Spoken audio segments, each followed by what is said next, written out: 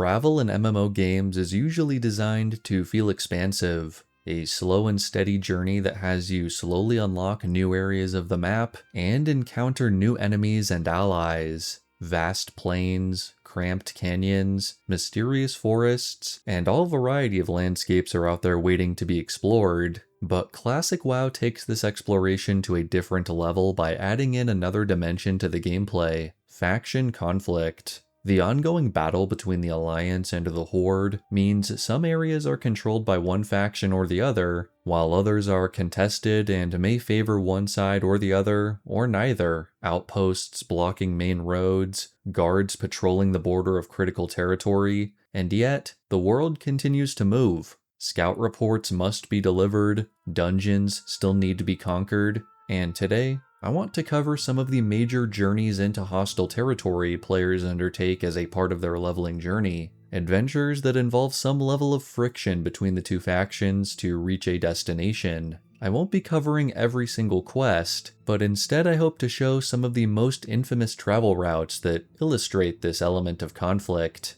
As always, thank you for the fun comments and support, and with all that being said, let's get right into it. Let's begin with the Alliance, as they generally have it a lot easier when it comes to travel. This is interesting because, intentional or not, this highlights how Alliance civilization is much more established and has a lot more history, especially in the Eastern Kingdoms, while the Horde are more often seen establishing frontier outposts and smaller encampments, just beginning to expand into a global power. The Deep Run tram connects human and dwarven lands, and once you make it to Menethil Harbor in the wetlands, Alliance players have easy access to Dustwallow Marsh and the Night Elven shores in the far west. The quest Mage, Summoner in Ashenvale is perhaps the first real example of Alliance adventurers working around the Horde, and it's the first quest I want to discuss today. Once you help Valine Starstrike at the Silverwind Refuge collect some befouled water elemental bracers, she deduces who's behind their corruption. There's only one undead mage in the Barrens capable of defiling this many water elementals. Cerulus Foulborn is probably sitting at the top of Dreadmist Peak, laughing at me. You must go into enemy territory and destroy this miscreant. Be wary though, the Horde may be watching for you. I really like how this quest admits that the destination is in enemy territory, working that Horde versus Alliance part of the gameplay right into the narrative. It's also the quest that gives you the Light of Elune, the one-time invincibility item that is really valuable in hardcore mode. Your target is found just to the south, but getting to him requires a bit more than just setting your character to auto-run. The Barrens are Horde territory, and the Morshan Rampart on the border is protected by high-level Horde guards who fiercely defend their posts. It's a cool spot that mirrors the Warsong Gulch battleground that also takes place right here on the border of the two zones. But luckily there is a way through, one that was perhaps even designed with this quest in mind. To the east lies a portion of the wall in disrepair, and you can sneak through without alerting the guards if you're careful. Dreadmist Peak is just inside the northern border, which to me indicates this broken wall is the intended Alliance path to complete this quest, though you can also go through the Talon Deep path into Stone Talon first. Then, you can travel east into the Barrens, where you actually deal with a similar situation at Honor's Stand. One watchtower blocks the road and is protected by guards, while the other one off to the side is burned down and offers a gap in the defenses. Either way works, and you might end up using these routes a few times as an Alliance player venturing into the Barrens for the first few times. Players working on the Scythe of Elune storyline, or the Windshear Crag storyline that begins with Ziz Physics, will have to travel farther into the Barrens to the neutral town of Ratchet, but on the way you'll want to be wary of the major Horde town at the crossroads, as well as other scattered groups of Horde guards watching over the highways. While I think it's easy to call the Barrens the most contested of the Horde zones, especially because of all the neutral quests at Ratchet, these pressure points should highlight the danger of coming here as an Alliance player, especially in hardcore mode. Let's talk about dungeons from the Alliance perspective. There are a few instances located in starting or sophomore zones that players should be aware of, but only one is a true hassle to get to, Ragefire Chasm, located right in the heart of the capital of Orgrimmar. The good news is that there are no Alliance quests to complete within, and it's not really meant for anyone besides lower level Horde anyway.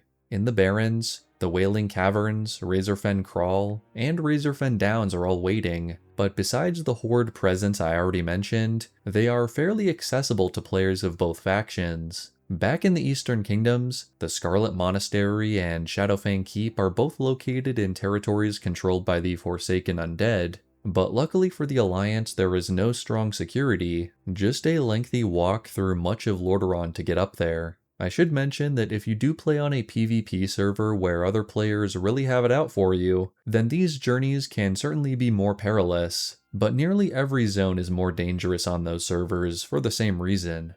There's also the occasional town on the main road to look out for, even in contested zones, like Camp Mawache and Feralis, or Astronar and Ashenvale that can cause problems for the opposite faction, but these are few and far between, and there's often alternate routes that can help you get to your destination.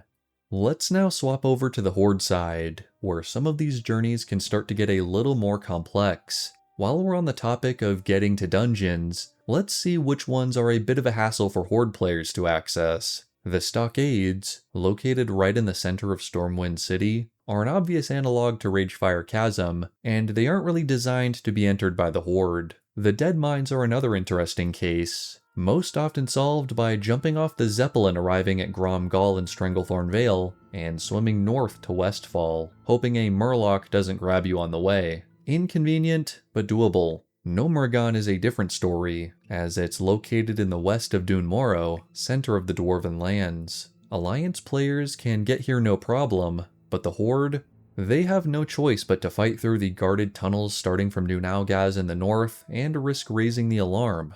Is what I would say if the developers didn't include a solution to this problem in the game. There is one quest, Rig Wars, that sends Horde players to Gnomeregan and begins at Nog's machine shop in Orgrimmar. Once you accept the quest, Nog's colleague Sovik suddenly has a quest, which to my knowledge is one of the more uncommon quest mechanics you can witness in the game. Sovik explains, "As soon as we got word from Kernobi about the new gnomish rig, Scooty and I began work on the Transpolyporter 6000, the fastest and most reliable way to Gnomeregan. If you want to give it a try, go to Booty Bay and talk with Scooty at the Windrider Roost. Of course, you could always try to make the run to Gnomeregan through the dwarf-infested mountains of Dún Moro." Interestingly, it's stated that Scooty is near the Horde Windrider Roost, but he's actually down on the bottom level of Booty Bay near the inn, meaning one or both of them were moved during development. Once the teleporter is calibrated, it becomes a Horde-only means of transportation directly into the city, bypassing any need to infiltrate Dwarven territory. It's an ingenious solution by the devs, and yet another example that shows the Horde teaming up with Goblin engineers to accomplish their goals.